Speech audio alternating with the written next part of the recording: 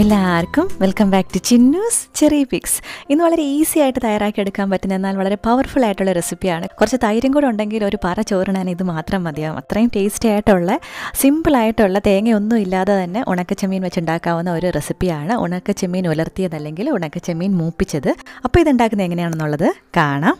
അപ്പോൾ അതിനായിട്ട് ഞാനിവിടെ 2 പിടി ഉണക്കച്ചെമ്മീൻ എടുത്തിട്ടുണ്ട്, 2 പിടി കൊച്ചുള്ളി എടുത്തിട്ടുണ്ട്, അരപ്പിടി വറ്റൽമുളകും 2 വെളുത്തുള്ളി എടുത്തിട്ടുണ്ട്. ഇതുകൂടാതെ നമുക്ക് കുറച്ച് കറിവേപ്പിലയും കുറച്ച് പുളിയും വേണം, വാളൻപുളി. ഇത് നമുക്ക് 1-2 ടേബിൾ സ്പൂൺ വെള്ളത്തിൽ മാത്രം ആദ്യം ഒന്ന് കുതിരാനായിട്ട് ഇട്ട് വെക്കാം. അപ്പോൾ അതാ നമുക്ക് ജസ്റ്റ് ഇങ്ങനെ തലയും വാലും ഒടിച്ച് മാറ്റാൻ പറ്റും വളരെ എളുപ്പത്തിൽ തന്നെ ഉണക്കച്ചെമ്മീൻ്റെ.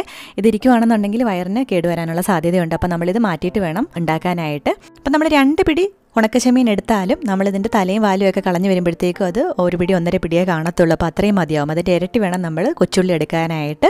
ഇതിങ്ങനെ മാറ്റിയിട്ട് നമുക്കിതൊന്ന് പെട്ടെന്ന് വെള്ളത്തിലൊന്ന് ഒലച്ച് കഴുകി മാറ്റി വെക്കണം. ഒരുപാട് നേരമൊന്നും ഇട്ടേക്കരുത്, വളരെ പെട്ടെന്ന് തന്നെ ഒലച്ച് കഴുകി മാറ്റി ഇത് ലാസ്റ്റ് ചെയ്താലും മതിയാകും. ഇനി നമുക്ക് ആദ്യം എടുത്തു വെച്ചതെല്ലാം ഒന്ന് ഇടികല്ലിലോ ചോപ്പറിലോ മിക്സിയിലോ ഒക്കെ ഇട്ടൊന്ന് ചതച്ചെടുക്കണം. ആദ്യം നമുക്ക് കറിവേപ്പിലയും ഉണക്കമുളകും ഇട്ടൊന്ന് ജസ്റ്റ് ക്രഷ് ചെയ്തെടുക്കാം. ഞാൻ ജസ്റ്റ് ഒന്ന് കട്ട് ചെയ്തിട്ടാണ് ഇട്ട് കൊടുക്കുന്നത്, അല്ലാന്നുണ്ടെങ്കിൽ ഒരുപാട് സമയം എടുക്കും. ഇനി നമുക്ക് കൊച്ചുള്ളിയും ജസ്റ്റ് ഒന്ന് കട്ട് ചെയ്തിട്ട് ചോപ്പറിലേക്ക് ഇട്ട് കൊടുത്തൊന്ന് ചതച്ചെടുക്കാം. മിക്സി ഉപയോഗിച്ചാലും മതിയാവും, ഒരുപാട് അങ്ങ് അരയ്ക്കേണ്ട. അതാ ഇതുപോലെ നമ്മളൊന്ന് ചതച്ചെടുത്തിട്ടുണ്ട്. നമ്മൾ കഴുകി വെച്ചിരിക്കുന്ന ഉണക്കച്ചെമ്മീൻ ഒരു കടായിലിട്ടൊന്ന് വറുത്തെടുക്കണം. അപ്പോൾ കഴുകിയ ഉടനെ തന്നെ അങ്ങ് വറുക്കാനായിട്ട് ഇടുക. ഒരുപാട് നേരം വെള്ളം നനവോടെ വെച്ചിരിക്കുകയാണെങ്കിൽ അതങ്ങ് ഒരുപാട് കുതിർന്നു പോകും. അതുകൊണ്ടാണ് ഇത് ലാസ്റ്റ് കഴുകിയാൽ മതി എന്ന് പറയുന്നത്. കുറച്ച് നേരം എടുക്കുന്നതൊന്ന് വറുത്ത് കിട്ടാനായിട്ട് ഒരു 7 മിനിറ്റൊക്കെ എടുക്കും. നല്ല ക്രിസ്പി ആവുന്നിടവരെ നമ്മളിതൊന്ന് വറുത്ത് കൊടുക്കുക. കൈവച്ചൊന്ന് ഒടിച്ച് നോക്കുമ്പോൾ നല്ലപോലെ പെട്ടെന്ന് ഒടിഞ്ഞ് കിട്ടണം. ഞാനിത് സൈഡിലേക്ക് മാറ്റി നടുക്ക് കുറച്ചധികം വെളിച്ചെണ്ണ ഒഴിച്ചു കൊടുത്തിട്ട് നമ്മൾ ചതച്ച് വെച്ചിരിക്കുന്ന ഉള്ളിയൊക്കെ ഒന്ന് വഴറ്റിയെടുക്കുകയാണ്. നിങ്ങൾ ചെയ്യുമ്പം ഈ ഉണക്കക്കൊഞ്ച് ഇതിൽ നിന്ന് കോരി മാറ്റിയിട്ട് ഉള്ളി സെപ്പറേറ്റ് ആയിട്ട് വഴറ്റിയെടുക്കുന്നത് തന്നെയാണ് എപ്പോഴും നല്ലത്. അങ്ങനെ ചെയ്യുമ്പോഴാണ് നമ്മുടെ ഉണക്കക്കൊഞ്ചൊക്കെ നല്ല ക്രിസ്പി ആയിട്ട് കിട്ടുന്നത്. ക്രിസ്പി ആയിട്ടിരിക്കുന്നതാണ് ഇഷ്ടം എന്നുണ്ടെങ്കിൽ അങ്ങനെ ചെയ്യുക.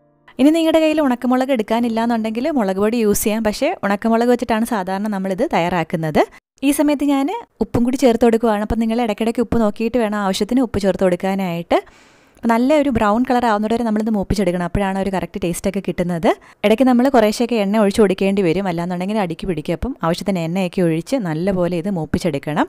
നല്ല മൂത്ത് എല്ലാം നല്ല ക്രിസ്പി ആയി കഴിയുമ്പോഴത്തേക്ക് നമുക്കിതിലേക്ക് ആവശ്യത്തിന് പുളി ചേർത്ത് കൊടുക്കാം.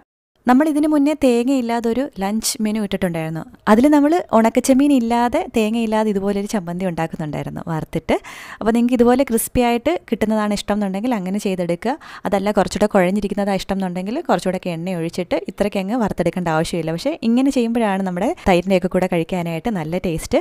അപ്പോൾ എല്ലാവരും ട്രൈ ചെയ്ത് നോക്കുക. നല്ല സ്പൈസി ഒക്കെ ആയിട്ടുള്ള ഒരു ഉണക്കച്ചെമ്മീൻ ഉലർത്ത അല്ലെങ്കിൽ ഉണക്കച്ചെമ്മീൻ ഫ്രൈ ആണ്. എല്ലാവരും ട്രൈ ചെയ്ത് നോക്കിയിട്ട് അഭിപ്രായങ്ങളൊക്കെ പറയുക. ഉണക്കച്ചെമ്മീൻ ഇഷ്ടമായിട്ടുള്ളവർക്ക് ഉറപ്പായിട്ടും ഇഷ്ടപ്പെടും. പണ്ട് മുതലേ ഉള്ള റെസിപ്പിയാണ്. അപ്പോൾ കഴിഞ്ഞ വീഡിയോയിൽ പറഞ്ഞ കണക്ക് ഗിവ് അവേയുടെ കാര്യം മറക്കണ്ട. മാർച്ചിലും ഫെബ്രുവരിയിലും ഇട്ട വീഡിയോസിന് എല്ലാവരും കമൻറ്റ് ചെയ്യുക. അതിൽ നിന്ന് തിരഞ്ഞെടുക്കുന്ന 5 പേർക്ക് നമ്മുടെ ഗിഫ്റ്റ് ഉണ്ടായിരിക്കുന്നതാണ്. അപ്പോൾ ഫ്രണ്ട്സിനും ഫാമിലിക്കും ഒക്കെ വീഡിയോസ് ഷെയർ ചെയ്ത് കൊടുക്കുക. അപ്പോൾ പുതിയ റെസിപ്പി വീഡിയോ അല്ലെങ്കിൽ വ്ലോഗായിട്ട് നമുക്ക് വീണ്ടും കാണാം. അതുവരേക്കും ബൈ.